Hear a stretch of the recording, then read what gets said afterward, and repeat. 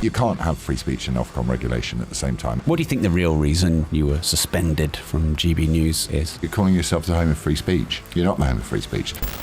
I'm contemplating running against Sadiq Khan again. Why do you think he arrested you? It was for criticising the surveillance state. And what did they say they arrested you for? Conspiracy to commit criminal damage. What's the biggest risk you've ever taken? Telling the truth. Trigger warning. If you're a bit oversensitive or you're far left, you are going to hate this. So your rant, which was quoted as vile and misogynistic about Ava Evans, was Ofcom's most complained about TV show of the year. You're welcome, GB News. Did you get a plaque for that? I haven't got a plaque. No. So for people that don't know, I hate doing context, but it is important. Yeah. What did you say? Why did you say it? And what did you really mean? Yeah. So start off with, what did I say? I said, who would want to shag someone like Ava Evans? And I think the words I used were, who'd want to shag that? But actually, if you want the full context of what I said we need strong, powerful women in this world. We don't need that. Who'd want to shag that? Why did I say it? Because she had, the day before on Politics Live, had belittled male suicide, something which I have had experience of. And it is deeply, deeply rude. Incredibly misandrist and offensive to say that male suicide, which is the biggest killer of men under, I think, 50 now, in the UK is in some way part of the culture war, which is what she said. And what I meant was, you end up with a bird like that, your life as a man is going to be misery for the rest of your life. Third-rate feminist, turning you into a sort of male feminist, kind of nodding along, desperately trying to please a woman. My dad said to me, it's a bit of advice when we were young, on how to choose a woman, which I didn't follow, which I should have done, was he said, women always want to be in control, and then they totally hate you when you give it to them. Wow. He said they just want to be in charge, but if you let them, they'll resent you. Yeah. And I think it's kind of a true weird balancing act, isn't it? Good relationships are a negotiation, but if you give everything, which you'd have to someone like Ava Evans, who's got a lot of opinions on a lot of things, and I think, at the end of the day, I don't really feel that bad about saying it. Sorry, but I don't. It was a bit. It wasn't great, but the whole. Oh, it's all just appalling. That was the biggest bit of confected outrage I've ever witnessed in my life. Those that want to take me down, they just hand me a rope and I'm like, oh, okay, what do I do? So like this, okay. Yeah. Because I don't give a what, people knew what I was saying. Yeah. You hear that in any pub across the country, and I'm one of those people that goes, I'm just going to say this stuff that people don't say out loud. Because it's not good for you to live with stuff in your head that makes you angry. So I'm just going to say it. I could have said it better, 100%. But the confected outrage was, they literally had Gordon Brown. The people came out of retirement to go on TV to go, we need to shut down GB News, and that man should never appear on television ever again. I'm like, okay, have you heard some of the shit that Owen Jones says? It's like, I don't, it doesn't bother me. So sorry, don't feel contrite about it at all. And I feel, if anything, I feel really bad for Calvin. Because you think because he's loyal. Crossfire. He's just loyal. Yeah. Calvin Robinson. Calvin understands what friendship is. Calvin understands what principles are. Calvin's, there's a whole load of us on this side of the argument that are like, we're freedom fighters. Yeah, we're fighting freedom of speech. What the did you say? Get away from me, Satan. And Calvin's like, I hate what you said, but I stand by you. You're my friend. Oh. And I'm like, that's fucking lovely. I'm lucky to know the guy. That is. Even though he's brown, and I'm a racist. That is really lovely. Yeah, he's gorgeous. Yeah. Yeah, we need more people like that in the world. There are very, very, very, very, very few of them. Because here's why I think that's not just lovely, it's wise. Because there are good people who occasionally do bad or stupid things. Even Christians or moral high grounders. We all, in moments, do stupid things. Yeah. But ultimately, it doesn't mean you know, I say lots of stupid things, but I don't think I'm stupid. I do some things which aren't kind, but overall I think I'm kind. So I'm imperfect, like you said about the world. So when people actually appreciate that about humans, i.e. my experience with you is mostly good. And yeah, let's have a chat. Maybe you can reword that for next time. But I'm not distancing myself from you just to avoid the crossfire, which Dan sort of did, didn't he? Well, Dan Dan, yeah, he did say to me, I said to Dan, don't, he said, I've got it, making me apologise, I'm screwed. Like, he was in flight mode. Yeah. I was in like, what's all the fuss about mode? Yeah. Because genuinely, if you really think about some of the stuff that's been said in the last few years on TV, what I said was, yeah, crass and a bit crap, but it was after the watershed. It had all been agreed, and all of the producers, when I was talking to them, saying, they said, what are you going to say? I told them exactly what I was going to say, and they were laughing. And they also have a delay thing where they can turn the TV off, you know? If you say something they don't like, no one turned anything off. Everyone thought it was funny right up until the moment where our friend it wasn't. Evans and her little posse of, you know, pylon friends decided that it wasn't funny. So I don't think anyone was that bothered. But anyway, Dan said to me, I've got to apologise. I've got to do it. I'm in Laurence, I'm in so much trouble. And I said, yeah, just apologise then, but don't fucking throw me under the bus with your apology, Dan, because you found it funny too. And he's like, they want me to say something. So I said, don't do it. Don't throw me under the bus, mate. Do you feel thrown under the bus? Oh, yeah. I can't remember the wording of his tweet, but it's like, at no point did I find anything about what Laurence said funny. So I was just like, all right, mate, here's the conversation we had where you were laughing about it. You know, you read what Are you say. still friends? Yeah. Yeah. I like Dan. Yeah. And he knows, you know, the problem with being, you can't apologise to these fuckers. Because you just give them all the power. It doesn't change anything. They're dragging you to a firing squad wall. That's what they're doing. And you sitting there with wobbly knees crying and begging for forgiveness just makes them feel better. Do you know, this is, for me, the best advert in the world for essentially being an entrepreneur, because no one can cancel me because I'm not working for anyone other than myself.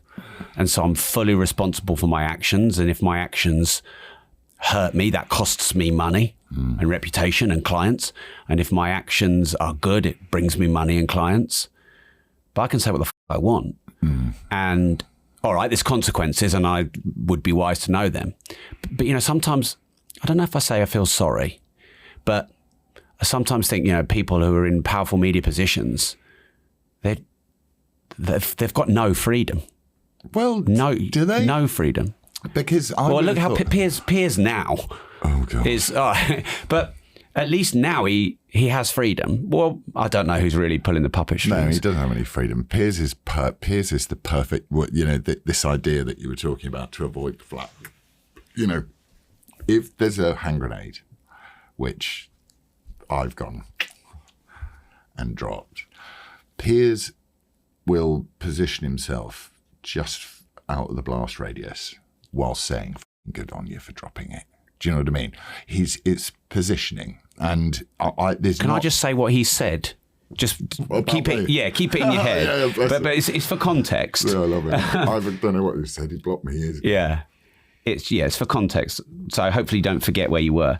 Piers Morgan labelled you a repulsive individual, and you're on a descent to be as appalling as you can possibly be. That's nice of him. Thanks, Piers. Yeah. So you didn't even know he'd said that? No, I'm not massively interested in what Piers says. No. I take Piers Morgan about as seriously as if I have a second bowel movement in a day. That's how much I care about what Piers Morgan thinks about me. So when you said you dropped the grenade and he stays just out of the way of the blast, i.e., is he leveraging all the heat on you to grow his own? Yeah. Yeah. Because he likes to call himself anti-woke, Piers, doesn't he? He likes to think, you know, I'm an anti-woke warrior, but he's the wokest of the woke. He's a right-leaning wokist, and I find them even more repellent than the left-leaning wokist. Because at least the left-leaning wokist isn't trying to be. You know what their game is? It's when they're on your own side and they're sort of stabbing you as much as they can. You're just like, well, hang on a minute. I thought we had an enemy. It was these people who like chopping off children's dicks for fun. Yeah. And separating everyone out into little racial groups or sexual groups to try and dominate and control. I thought we were against that communally. But people like Piers he has to be like a chameleon, because you can't keep a media career going for that long. You know, he had fucking staged Iraqi prisoners being on by British soldiers. How many British soldiers died from IED attacks as a direct result of Piers's stuff and his phone hacking and Millie Dowler? I wouldn't listen to a word that nasty little criminal said. Actually, that's exactly how I feel. Thanks, you've got that out of me. I have negative respect for him. So, So let's come back to the thing you said with Ava, because I thought about this a lot. Because on the one hand, I feel like you were being honest and talking like an 18-year-old would down the pub. Because I've said stuff like that to my friends before, you know, and so cancel me. So I felt it was raw and honest. But I also thought, you're a very articulate man and you're very intelligent. And I thought maybe you'd have had more power if you'd have used that intelligence and articulated it in a powerful way that made her look small without making her look small. Definitely. And that's, of course, after the fact analysis. Easy. But what do you think about that? Yeah, 100%. I should have. In the way my brain works is it thinks up, it carries on down the road. So over the period of a day, I'd gone from you disrespectful cow to demean male suicide in that way. But men, we all think and we all feel and we all suffer, and to just cast it aside. So by the end of that day, I was like, God, imagine going out with her and saying something like, I feel a bit down, babe. And she's like, ugh, grow up. You're a man. Yeah. And then by the time I was on Dan's show, I was like, who'd want to shag that? So you created this whole fictional narrative and you'd put yourself in the picture of actually being with her. Well, also, I know guys that are married to girls like that. And they've changed completely. Like, they go from being absolute diamond human beings to,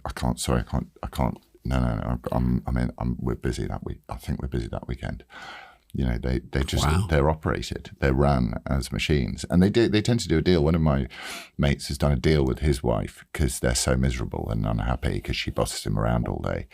That the deal is, as long as he does exactly what he's told at all times, he can drink as much gin as he likes and eat as much food as he likes. And now he looks like a giant fat football, and he used to be a handsome, talented, confident guy. And now he's just this really fat, blotchy-faced football who says yes to his missus all the time.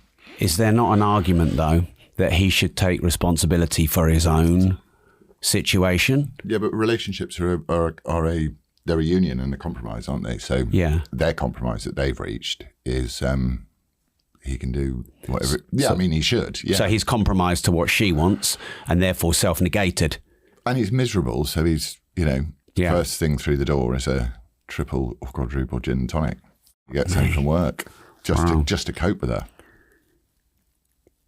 Are we painting women badly here? Because women are amazing. But the thing about a great woman is that she knows she's strong and confident in herself, and she doesn't need to be to control a man to feel powerful. Yeah, which is the opposite of being powerful. Exactly. Yeah. We need the world's greatest women, but I don't think feminism in any of its forms, other than the first one, which is giving women equal rights to men when it comes to things like voting, has done women any good at all. Have you met a happy feminist? It's like meeting an unboring vegan. It's like they don't exist. It feels like what's the vegan joke? It feels like they live longer, but they don't. It just feels like they do. Just from talking to them. God, I'm a bastard. My missus is a veggie, but she's a veggie because she just doesn't like that. But she's a good example of a strong, confident woman. Yeah. She says what she thinks, but she's also well into the fact that she's a feminine presence in her kids' lives. She's she likes being a woman. Well, feminine She's power. Not a fake man. No, feminine power is like one of the most powerful forces in the universe. But great feminine power allows masculine power into the life and the relationship. And then when feminine power becomes masculine is when it demasculates men and they become feminine. Yeah.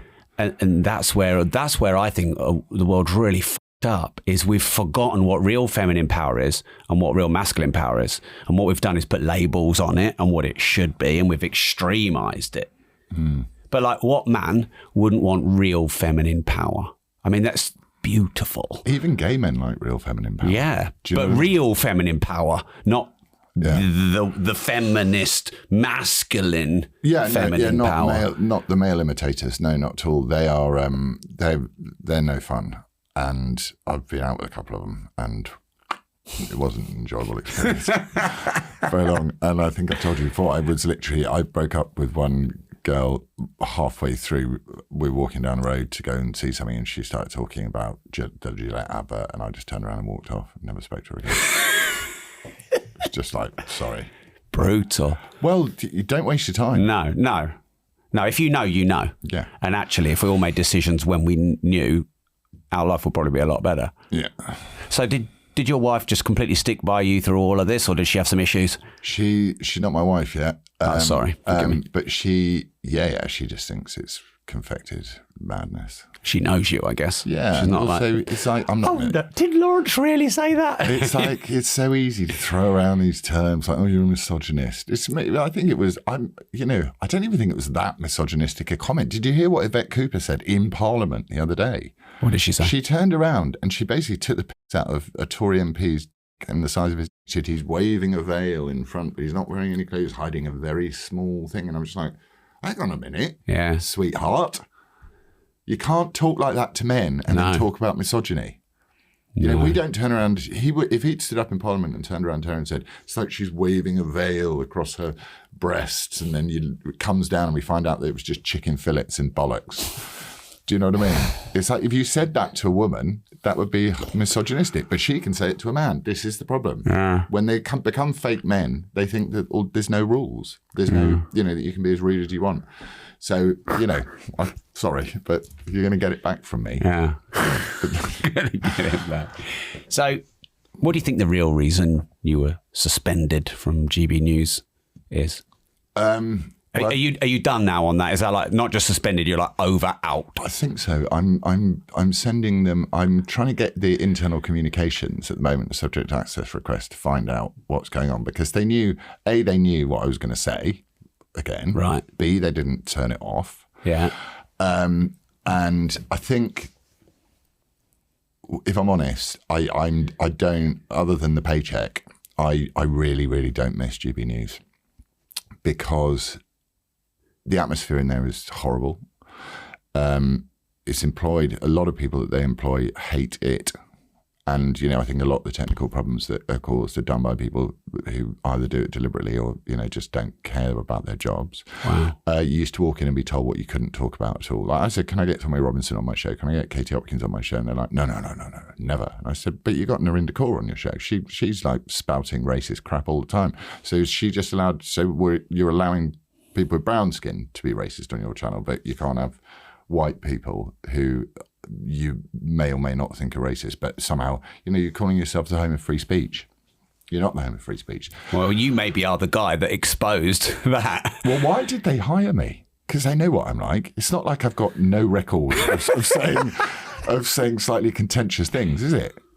So my theory is that there's a developing model of what the centre right looks like, and it's called liberal conservatism. And it basically is what GB News, the Reform Party, most any right-leaning people other than brave journalists like Alison Pearson and people like that who are good, which is this idea of liberal conservatism whereby 80% of the ground is ceded to the wokeists. They just go, okay, fine, we won't say anything. Can we have a little bit of free speech, please? Is that okay? And it's like this sort of kowtowing to the mob. So I wonder if GB News, they took all the dissident voices, gathered them together and tried to turn them all into liberal conservatives who said the right thing. So that in that way... Which is an paradox, isn't it? Well, it didn't work, did it? So no. I'm just like, why did you hire me in the first place? You knew I'd say something bad at some point. And actually, if they were smarter, they would have just done like what most people do when there's a major problem in life, is you just take a breath and you sit down and you think, how should I respond to this?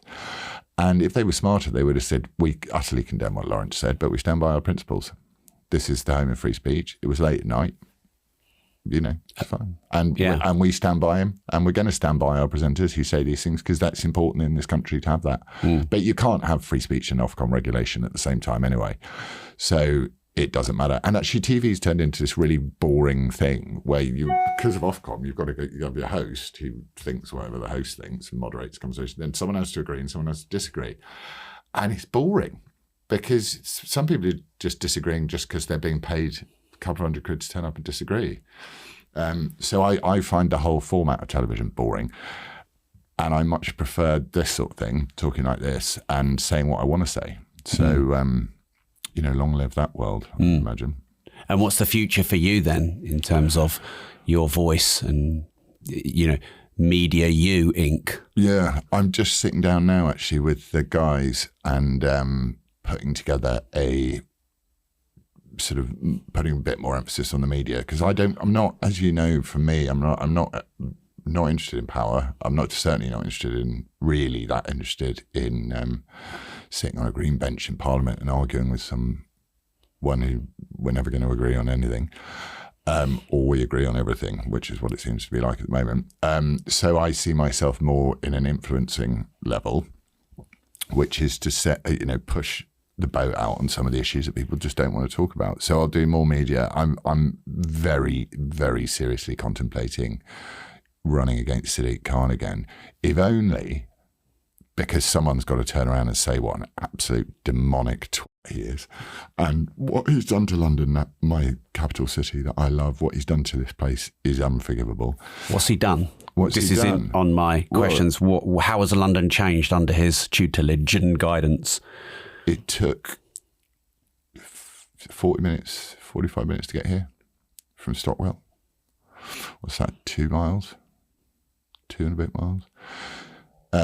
So the whole place, he's covered the whole place in surveillance cameras.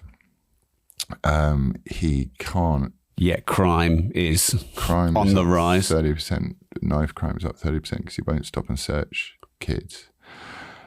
Little kids in posh areas are getting killed, so you're not safe anywhere. He's stoked division, certainly racial division across this capital city, to the point where we've had, people I don't even recognise as British sitting there screaming. I walked through the crowds of them during the first few marches. I'm like, you're not British. There's nothing British about you. You have no interest in Britain. It's the first time you've been out on the streets and you're talking about a country miles and miles and miles away. And you have every right to do so. Go for it. But he's done that. He does these things like black on the square. It's like, what would happen if we did, why don't you do a white on the square as well? Just a celebration of white culture. It's like, come on, man. We don't do this in this city. And yeah, look, he's just using it as a way of feathering his own nest. And he's an ideologue. He doesn't focus on what matters in this city. And you can't get around. You're charged to get into your car. You're charged to get out of your car. It's a tax on the poor, because you can buy an electric vehicle. You can get all of the benefit in kind back in year one from your corporation tax. That's not what poor people do, or working class people. Working class people have a white van, which is their main asset, along with their tools, to do the jobs that we all need doing. And they're being charged to do that. And they pass it on to us, which is fair enough. But I don't like taxing poor people. I don't like making the lives of the hardest working in this country more difficult to satisfy your crappy utopianism, Sadiq Khan. So yeah, I'm contemplating that. And also it might be quite amusing if I do the launch of my mayoral campaign outside Scotland Yard, and as part of my policies, which will be part of my policies, is I'll have to break my bail conditions to say what my policy would be. So they might have to send someone out to arrest me halfway through. Which might be good for the campaign. Which would be funny. Yeah. Wow. So why do you think he arrested you? I think he's got a major problem with me, doesn't he? Because, people like what I've got to say about him. And I do spend quite a lot of time pointing out what a nasty little hypocrite he is.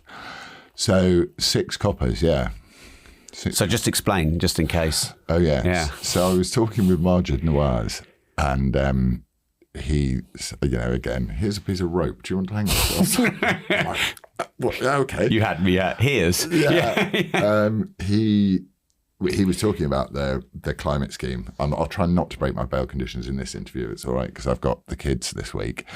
And I don't want the dog. I'm so blessed that the dogs are in the house. Anyway. What are your bail conditions? I'm not allowed to say the singular, the plural of the great and excellent film Blade Runner. I can't say the plural of that ever. They've just extended my bail conditions for another 3 months and kept all my kids' iPads and phones and stuff, little f***ers. Like they need those. Like I'm plotting and scheming with anyway. Sorry, carry on. Yeah. So I said I admired. I'm not allowed to either support. But what I said at the time was that I admired the work of these people, and that I would be happy to participate in it. When you say that, you mean the people that were gonna. Yeah, the people I'm not allowed to talk about. Oh, you're not allowed to talk about them? No, it's in my bail conditions, which is why it'd be quite funny for my mayoral campaign. Anyway, so at 10 o'clock next morning, I had meetings, so my dogs were out. I've got a Labrador who is gentle dog. But when the door goes and I open the door, he's right in front. Looking at me, right. And they would have killed him or had to put him down because he would not have. They were so aggressive when they came in. So yeah, 10 o'clock next morning, the 6 or 7 cops turn up to the house. My neighbour said to me later, she said she was terrified. She thought that I'd murdered someone or something like that. She said when she saw them. And she was like, when I found out what it was for, I was like, oh my God, what? She said she changed her entire view on the Metropolitan Police. And what was it for? It was for criticising the surveillance state machine that's been built up around us. And they arrested me, took me down to jail. And what did they say they arrested you for? Conspiracy to commit criminal damage and encouraging or supporting an act of criminal damage. Yeah. But anyone who knows me knows that, conspiracy to do anything, I can't be asked. It's like, honestly, really, I've dreamt up a conspiracy. So, hence why possibly they haven't charged me yet. So basically you're too lazy to be of any danger to anyone. Yeah, I'm too lazy. Well, no, because I've climbed up on a few statues and cleaned them off of various bits of decoration, but so I don't mind getting involved, but I'm not really up for conspiracy to dismantle the security state. I'm not sure it's within my technological capacity. So they turned up, took me to the police station. There was 2 calls on the way to the police station, one of a stabbing and one of a suicide, and they were like, sorry, we're busy. And I'm like, you're busy taking me, little old me, to the police station to try and intimidate me. Why did they need 6 or 7 people? Because Just check out the gun show. Because they wanted to, A, freak me out, and B, show the public that. Did it freak you out? It was, it's never, you're never like, hi guys. No, but you managed to do a video while you were there, didn't you? Yeah. I messaged you straight after that. I haven't got your message because they nicked my phone. Oh. I haven't got, there's so many, they'll never give me my phone back, but I'd so love to see all the messages that I was going to send during that time, because like, mate. So yeah, it wasn't pleasant. And then they took me to the cop shop, and I was pretty amenable with them. I don't really have that much beef with the individuals within the Metropolitan Police. I've got a lot of problems with the organisation of the Metropolitan Police, but the individuals were pretty sound. And even the guy who was didn't like me, sort of by the end, was all right. And, someone came up to my cell door and it was like a movie. It sort of cracked open, that little bit where they shoved the food in, and there was a brownie put on there. And I went to get it and looked out, and this guy went, keep up the good work. Gave me a brownie.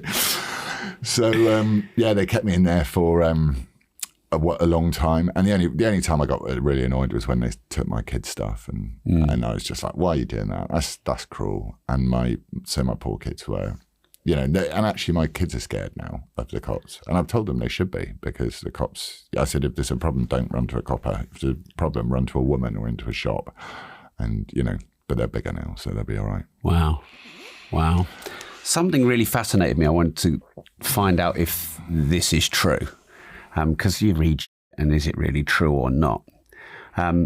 Did you go to hug, stroke, kiss one of your children goodnight, and your eldest said, you can't do that, you have to ask for consent? Yeah. What's the school has said? That's what the school are teaching them. That's what they teach them, consent. It's a part of PSHE. They teach them it. Well, consent is fine, but what, you have to get consent from your mum and dad to have a goodnight kiss? Well, they obviously haven't taught it properly, which was in the content of my email to the school the next day. I was saying, I understand you're teaching my son consent. It's not worked very well. You haven't explained it to him properly. So let me tell you what I've done. I've explained consent to them, which is don't get in someone's face and don't touch their private parts. That's consent without their permission. That's consent. So both my kids are now year 12 understandings of consent. We did it in 5 minutes.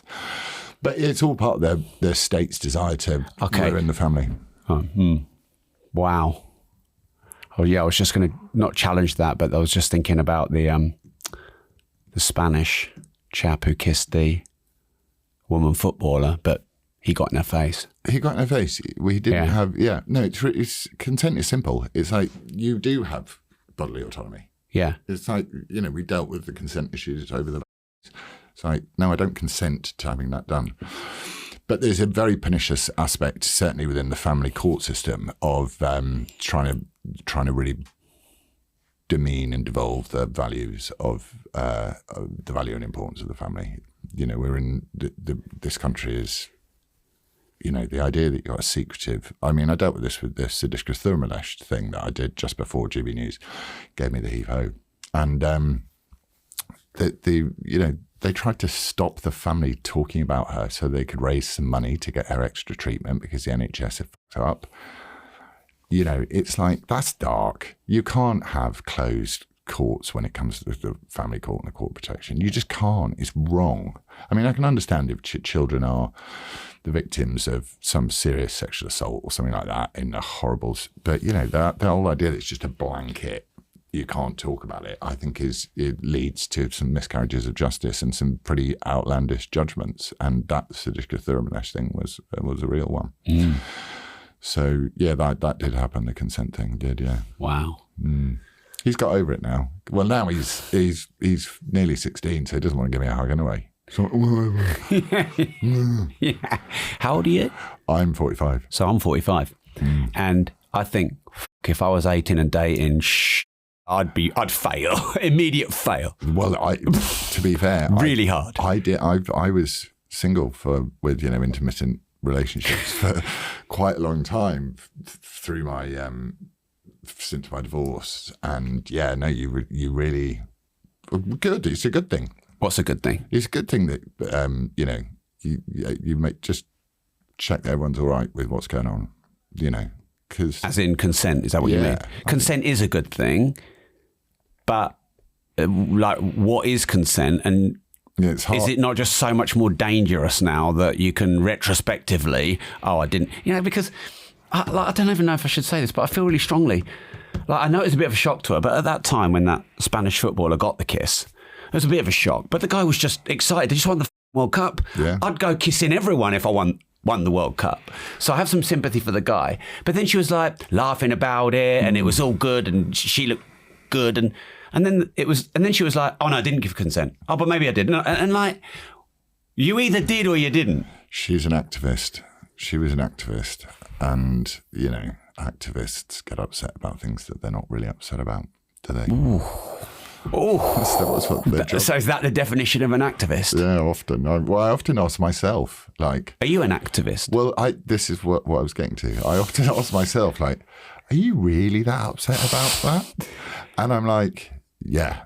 I'm like, what is it that you're upset about? Well, I'm upset that they rewrite books, that they're rewriting Roald Dahl books. Why? Why does it bother you?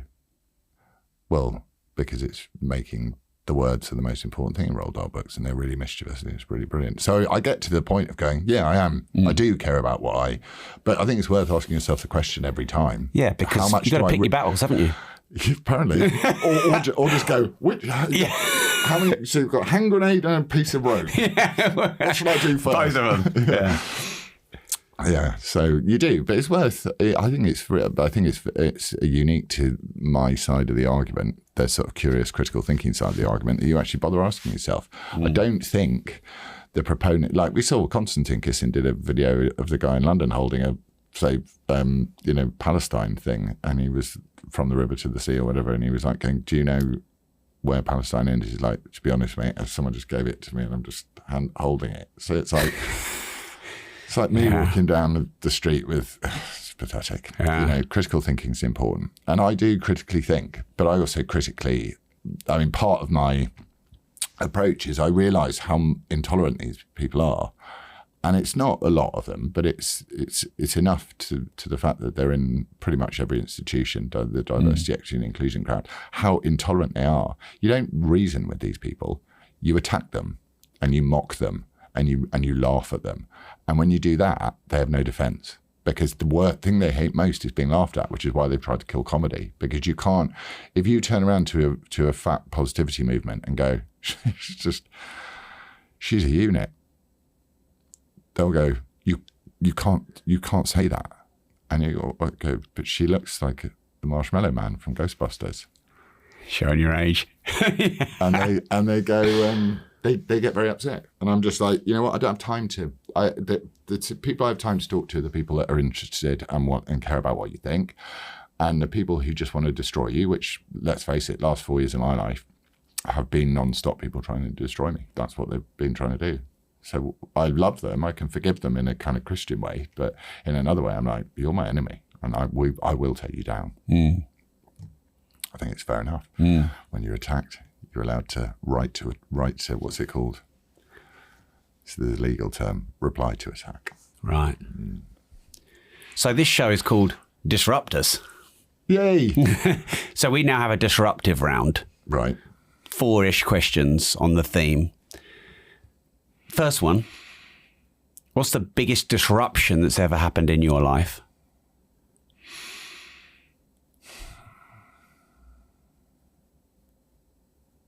Having kids, I think.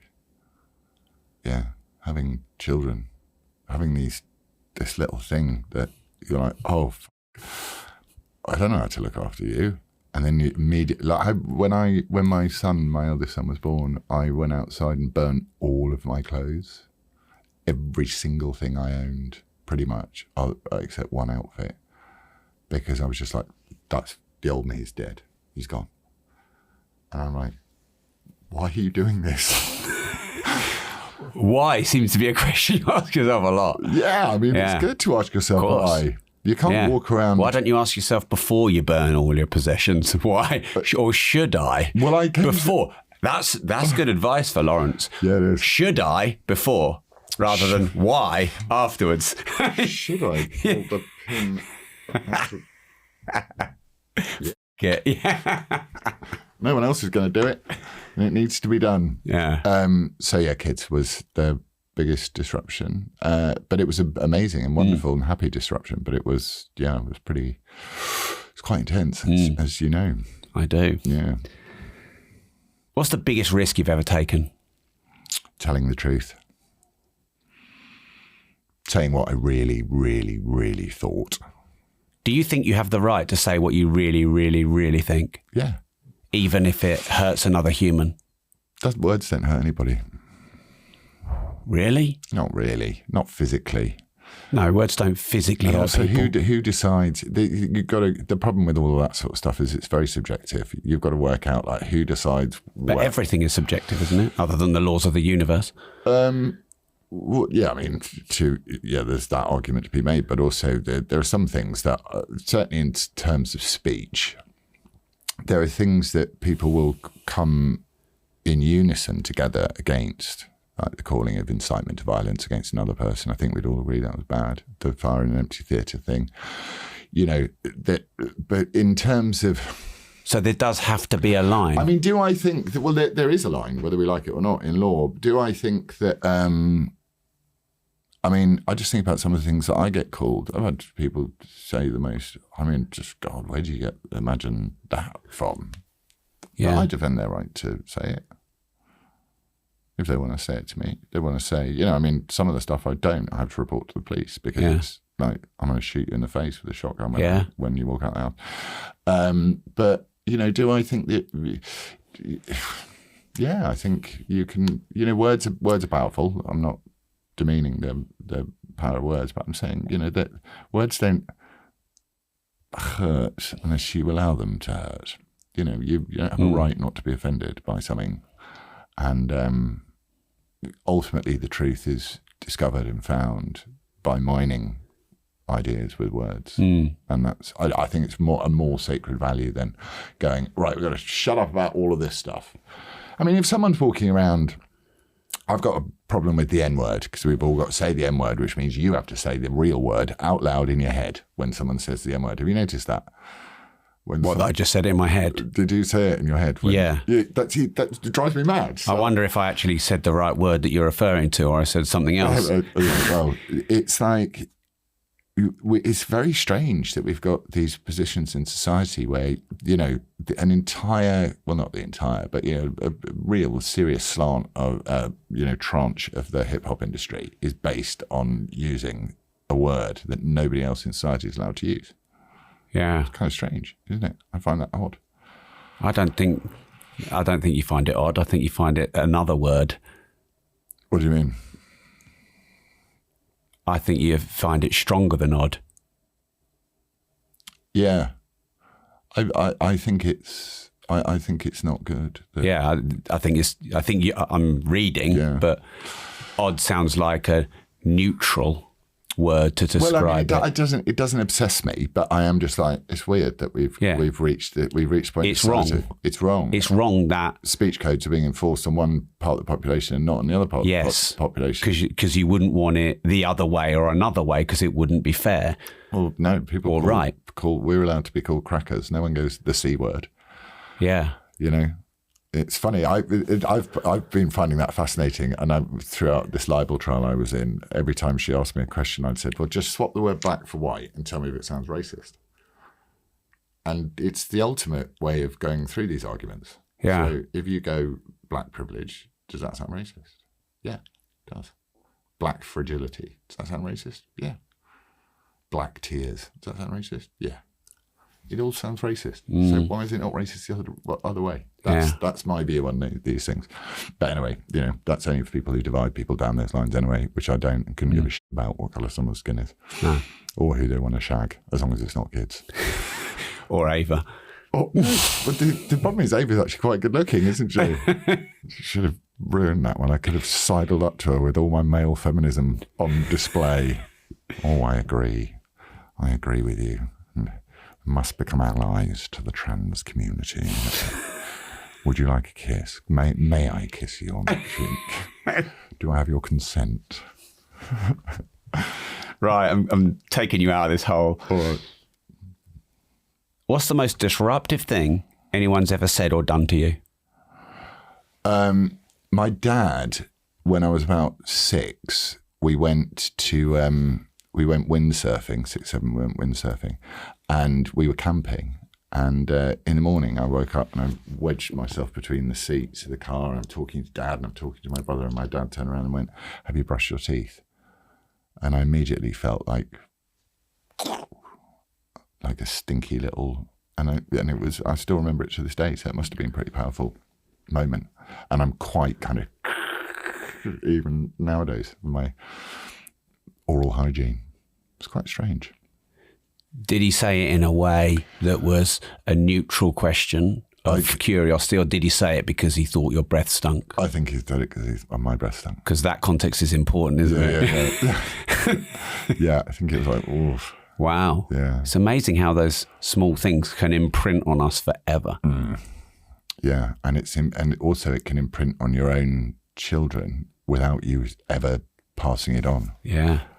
They'll become, because they'll notice you are quite like, So they're like, oh, I want to be. Do you have gum issues and you brush your teeth so hard, your Well, dentist? I only smoke 300 cigarettes a day, so I don't think it's the brushing that's going to cause gum issues. No, I don't brush my teeth like a OCD, but I do, when I brush my teeth, I brush my teeth.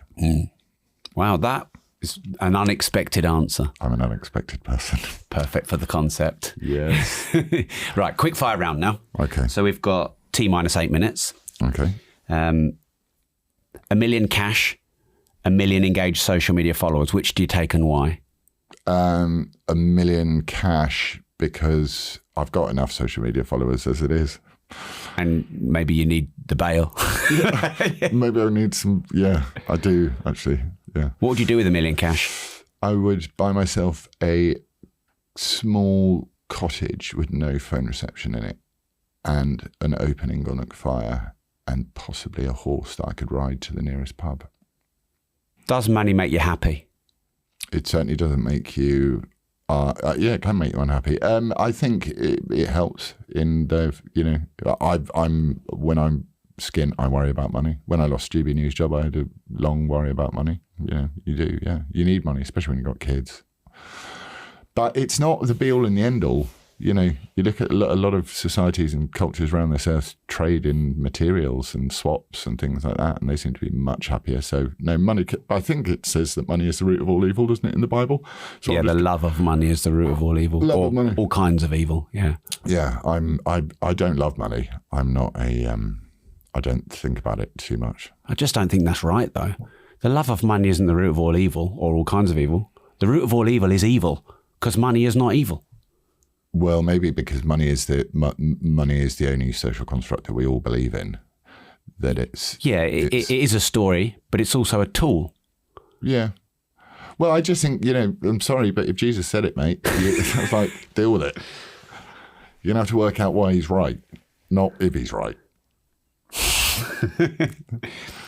What's the best advice you ever received or remember receiving? Be yourself. Everyone else is taken. What's the worst advice you ever remember receiving? Yeah, tweet that. That was funny. The worst advice. I don't know. I can't really judge bad advice. Who's given me bad advice? I've probably had a lot. I try not to focus on negatives. Who gave me bad advice? Nothing comes to mind at all. Can't think. Sorry. That's the answer then. Yeah. Yeah, quite a few people say that they don't remember it because they don't listen to it and they don't take it. Yeah. So you'd forget it, wouldn't you? Yeah. What's your biggest regret? Oh, Jesus. Now that's the list.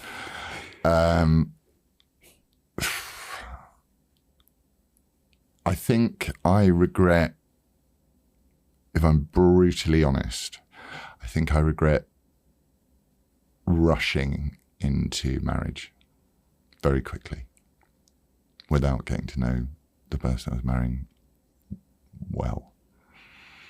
It's not a judgment or an indictment on her, but it's just, I think I should have, whichever way you look at it, marriage is, especially with kids involved, is the biggest decision you make in your life, pretty much. So it's worth taking a bit of time over it rather than going, yeah, let's go, let's do this. Brilliant, let's go and buy a house. Cool, let's do that. Let's get an MG. I'm going to get a horse. Yeah, do that. And then you've got to get to know each other. And it doesn't always work out. And has it been a mess? Yeah, it's a complete disaster. Major mess. It's ongoing. How many years later? Wow. Yeah, and never ending.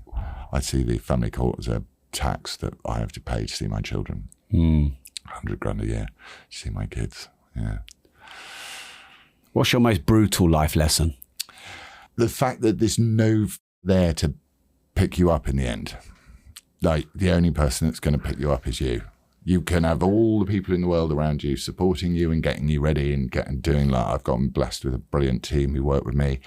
But at the end of the day, if I walk into that office, as I did yesterday, and spent 6.5 hours on the phone to various lawyers, in between bouts of standing up from my desk, going to have a waz and going, they just go quiet in that situation. And it's up to you to get yourself back in order.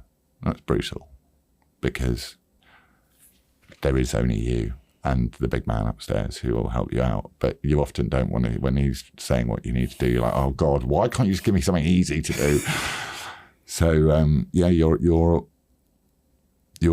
it's up to you. Anything you want to do in life is going to be done by you. You're going to have to take responsibility for it. You're going to have to own it. You're going to have to run it. And, that's it. We've talked a bit about men's mental health. What's a 15-second or less tip you've got on good mental strength as a man? The first, remind yourself that nobody's looking at you and caring about you as much as you think they are. So lose your fear of, your paranoia of what other people think about you. Believe that your voice matters. Speak the truth. When you feel depressed, don't drink at lunchtime. Go to the gym instead. And try and be moderate in all things, including moderation. And this show is called Disruptors. This is the final question. What does the word disruptive mean to you? Disruptor, it's a great word. It means to me those that are outside of the established narrative, who prod and push at the agreed narrative, and disrupt the environment within which the narrative operates. So we're seeing it. It's happened. Chris Rufo is a disruptor, isn't he? He just disrupted the entire diversity, equity, and inclusion industry in America. So they're really valuable disruptors, but they're often not accepted into the team, and they have to operate alone. And it can be quite a lonely experience, I'd say, being a disruptor. Well, second time round, Laurence. I've loved this. Thanks for being on the show. Pleasure.